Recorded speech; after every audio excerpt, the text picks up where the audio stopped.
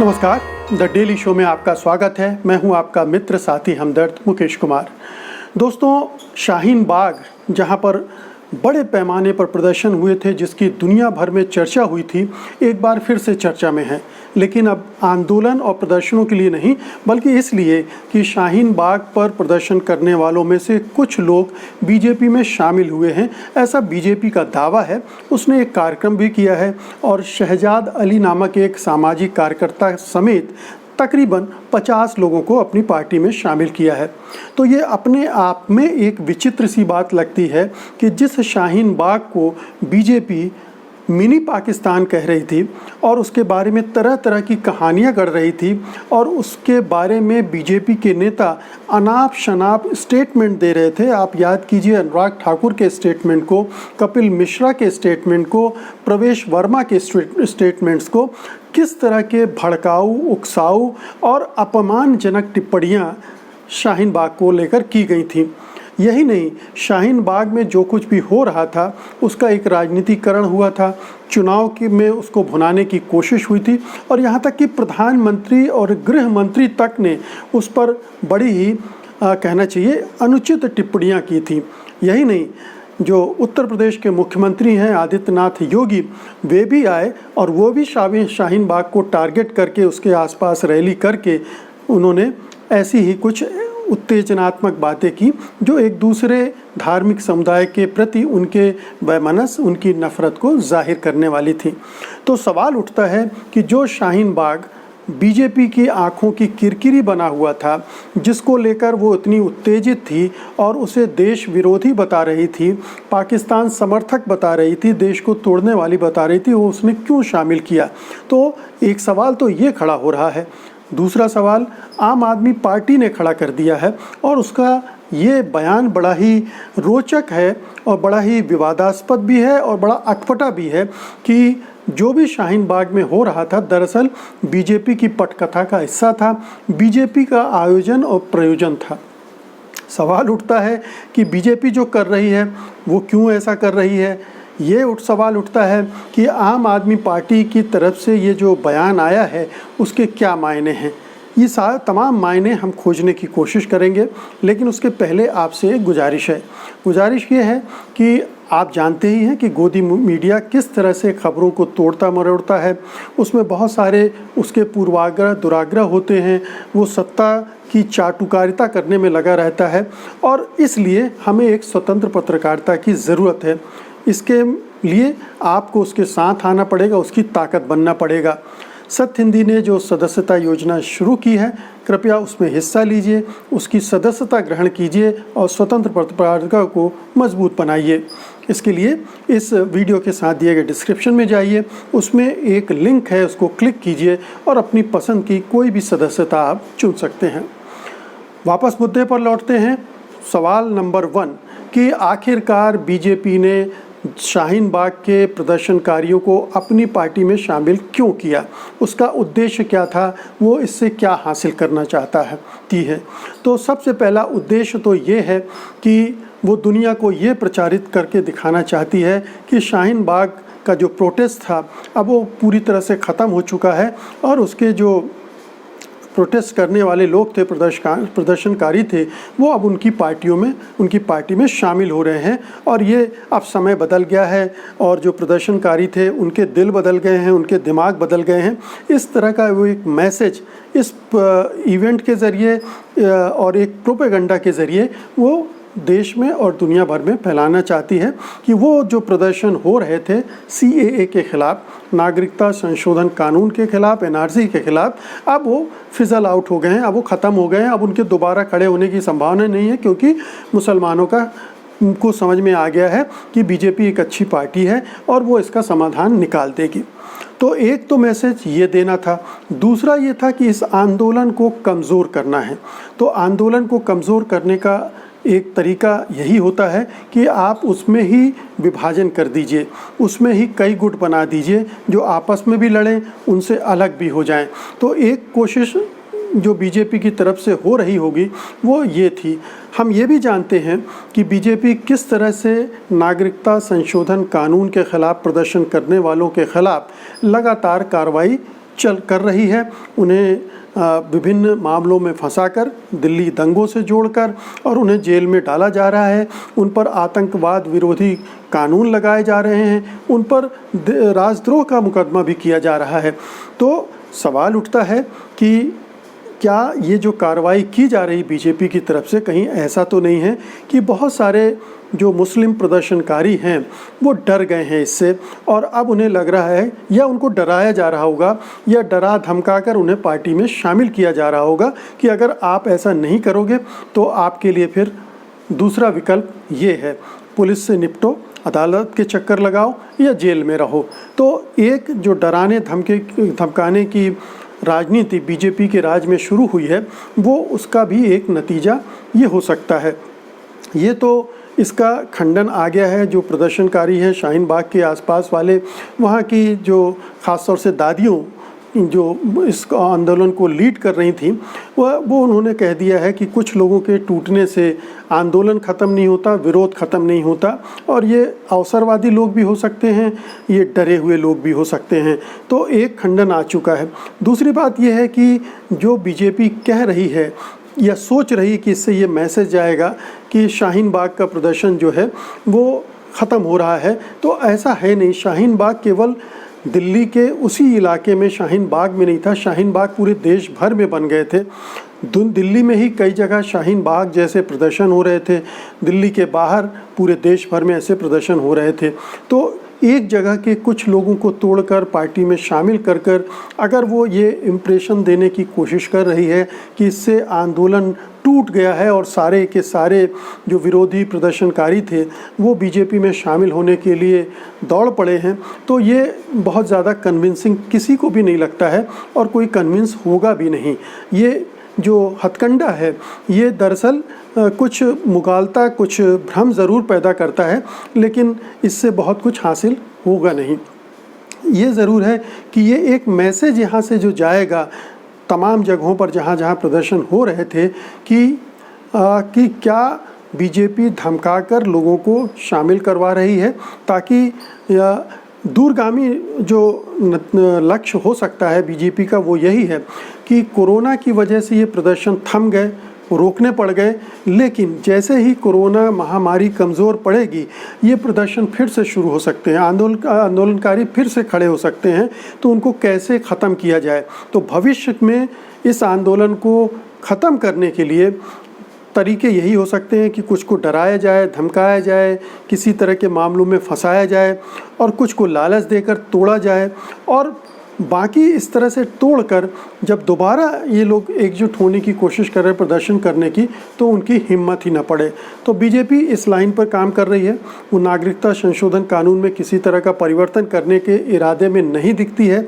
अगर ये जो 40-50 लोग बीजेपी में शामिल हुए हैं, उनके वो जो कह रहे हैं कि बीजेपी बातचीत से इस मसले को सुलझाना चाहती है, अगर वो सुलझाना चाहती तो उस समय भी बातचीत कर सकती थी, लेकिन एक पूरी तरह से एक ढिठाई वाला रवैया केंद्र सरकार का इस मामले में रहा है, और वो किसी तरह से बातचीत, समझौता तो दूर, बातचीत करने तक के लिए तैयार नहीं थी। अब उसका रवैया बदल जाएगा ऐसा बिल्कुल भी नहीं लगता, बल्कि और कड़ा होता हुआ दिख रहा है रवैया। दूसरे बार चुन के आने के बाद से पार्टी और भी ज़्यादा सख्त हो गई है अपने एजेंडे को लेकर, अपनी जो प्लान है हिंदू राष्ट्र का उस एजेंडे को लेकर, तो वो सख्त हो गई और एक के बाद एक अभी और सारे वो कदम इस दिशा में उठाने जा रही है, ऐसा अनुमान लगाया जा रहा है। तो ये तो बीजेपी की रणनीति है कि आंदोलन को ख़त्म करो, तोड़ो, मुसलमानों को दबाओ, धमकाओ, डराओ और उनको जो नहीं मानते उनको जेल भेजो। एक पूरी रणनीति का हिस्सा है। शाहीन बाग के कुछ लोगों का पार्टी में शामिल होना केवल इतना ही है। अब हम दूसरे पर आते हैं कि आम आदमी पार्टी के प्रवक्ता सौरभ भारद्वाज ने इस तरह का बयान क्यों दिया कि शाहीन बाग जो है वो दरअसल बीजेपी का खुद का करवाया गया एक आंदोलन था, प्रदर्शन था। ये इससे कोई भी कन्विंस नहीं होगा। ये आप देखिए कि जब आंदोलन चल रहा था तो हालांकि आम आदमी पार्टी ने उससे दूरी बनाकर रखी हुई थी, क्योंकि उसको इलेक्शन में जाना था। वो इस तरह का मैसेज हिंदू मतदाताओं में नहीं देना चाहते थे कि आम आदमी पार्टी का रुझान मुसलमान परस्त है, वो मुसलमानों के वोट बैंक के लिए उनका तुष्टीकरण कर रही है और इसीलिए उसने एक डिस्टेंस बना के रखा था। फिर भी उसमें कुछ बयान आए थे, जैसे मनीष सिसोदिया का बयान आया था, उप मुख्यमंत्री हैं दिल्ली के, कि हम शाहीन बाग के लोगों के साथ हैं। और सीएए का विरोध भी पार्टी ने उस समय किया था, लेकिन बहुत दबी ज़ुबान से, बहुत मुखर होकर नहीं किया था। उसके बाद जब दंगे हुए थे तब भी आम आदमी पार्टी की भूमिका अच्छी नहीं रही थी। उसके बाद जब पुलिस की जांच शुरू हुई, पकड़ धकड़ शुरू हुई, तब भी आम आदमी पार्टी की भूमिका को लेकर 100 सवाल खड़े होते रहे हैं। अब ये 50 जो शामिल हुए हैं, 40-50 लोग बीजेपी में, उस पर सौरभ भारद्वाज की टिप्पणी को हम किस तरह से देखें? बिल्कुल साफ है कि ये एक तरह से सिर के बल खड़ा होना है आम आदमी पार्टी का।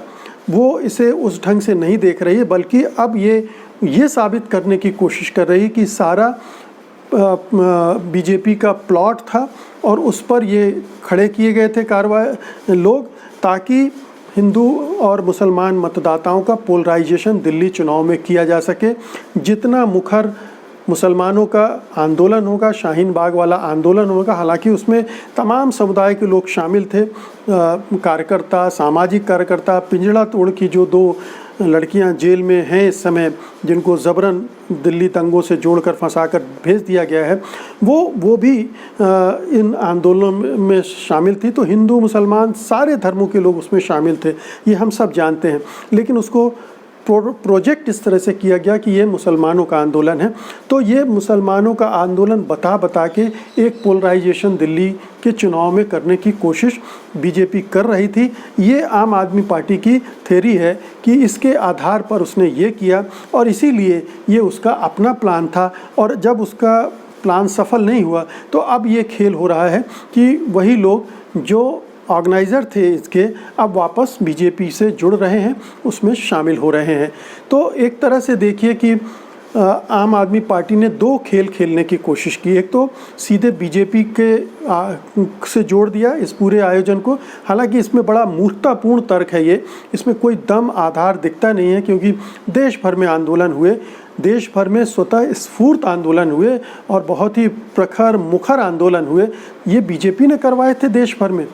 देश भर में तो चुनाव नहीं थे, चुनाव तो दिल्ली में थे। तो देश भर में पोलराइज करवाने के लिए मुसलमानों को उसने उकसाया, उनके प्रदर्शन करवाए, ताकि दुनिया भर में उसकी थू-थू हो, उसकी भत पिटे, उसे उसका पूरा जो चेहरा है वो मुस्लिम विरोधी देखने लगे। तो ये तर्क आम आदमी पार्टी का किसी को हज़म नहीं होगा। लेकिन अगर वो ये कह के अपने आप को अलग कर रही है, एक तो शाहीन बाग के आंदोलन से, जो इतना बड़ा आंदोलन था, दुनिया भर में प्रसिद्ध हुआ और जिसकी सब लोग तारीफ़ करते हैं, तो उससे अब वो अपने आप को अलग कर रही। तो क्या इसलिए अलग कर रही है कि हिंदू मतदाताओं की तरफ जो उसका रुझान बढ़ा है पिछले कुछ समय में, उसको वो और मजबूत करना चाहती है कि हम तो उनके साथ पहले ही नहीं थे। और अगर ये नहीं चाहती तो आखिरकार वो चाहती क्या है, वो क्या कहना चाहती है इस पूरे जरिए? क्या बीजेपी, उसकी जो मुख्य प्रतिद्वंदी पार्टी है दिल्ली में, उसको वो इस तरह से इन आंदोलन के साथ जोड़कर अपने ये बताना चाहती है कि ये षड्यंत्र का एक हिस्सा था और इसका प्रदर्शनों से कोई लेना देना नहीं था और ये बीजेपी ने केवल चुनाव के लिए ये सब किया था? तो ये जो थ्योरी है, ये इससे चलेगी नहीं बात। आम आदमी पार्टी के इस तर्क से, इस दलील से, इस बयान से बहुत कम लोग सहमत होंगे। आम आदमी पार्टी के नेता ही सहमत नहीं होंगे। अरविंद केजरीवाल और मनीष सिसोदिया को भी ये गले से नहीं उतरेगा। तो कहने का मतलब ये है कि शाहीन बाग अभी भी बीजेपी को सता रहा है, उसका डर सता रहा है, उसका भूत सता रहा है कि जैसे ही कोरोना ख़त्म होगा वैसे ही सीए के खिलाफ फिर से प्रदर्शन हो सकते हैं। इसलिए इस आंदोलन को साम दाम दंड भेद हर तरह से कैसे ख़त्म करना है, तो ये उसकी एक चाल है। और आम आदमी पार्टी का रुख जो है वो मोटे तौर पर यही लगता है कि दिल्ली में जो अपना प्रतिद्वंद्वी है उसको उससे जोड़ दिया जाए उस पूरे आंदोलन से। और जो दिक्कत हुई दिल्ली वासियों को उन आंदोलन के समय जो कहा जाता है कि जिस तरह से शाहीन बाग वालों ने आंदोलन किया उससे बहुत ट्रैफिक प्रभावित हुआ, आने जाने वालों को तमाम तरह की दुश्वारियां हुई और दूसरी जगहों पर भी इसी तरह से हुआ। तो ये सारा कुछ वो बीजेपी के सिर पर डाल देना चाहती है। हालांकि इसमें आम आदमी पार्टी का दोष भी नहीं था क्योंकि कानून व्यवस्था इसकी जिम्मेदारी केंद्र सरकार की थी, तो उसमें उसकी भूमिका भी नहीं थी। लेकिन आम आदमी पार्टी ने उससे एक डिस्टेंस बना के रखा था और अब उसका ये बयान उससे अपने आप को और दूर कर रहा है। वो इन प्रदर्शनकारियों को, इन प्रदर्शनों को बीजेपी से जोड़कर अब उसने अपने आप को पूरी तरह से अलग कर लिया है।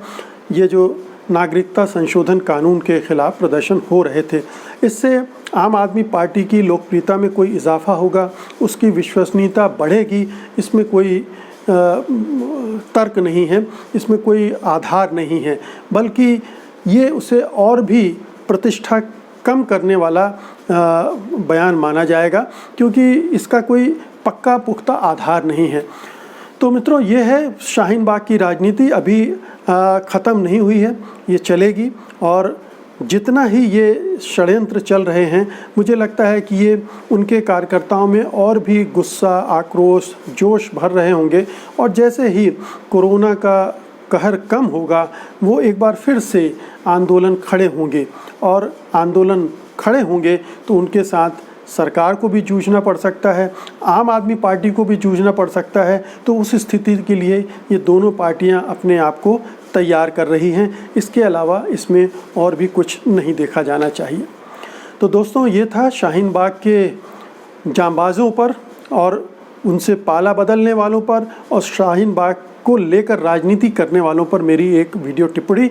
उम्मीद है कि आप इसे पसंद करेंगे, इसे शेयर करेंगे और अगर अभी तक आपने satyhindi.com को सब्सक्राइब नहीं किया है तो इसे सब्सक्राइब भी करेंगे। और अब मुझे अनुमति दीजिए, कल मैं फिर हाजिर होऊंगा किसी महत्वपूर्ण विषय के साथ उस पर चर्चा के लिए। तब तक के लिए नमस्कार। सत्य हिंदी के और वीडियोस को देखने के लिए हमारे YouTube चैनल को सब्सक्राइब करें और सीधे नोटिफिकेशन पाने के लिए बेल आइकन दबाएं।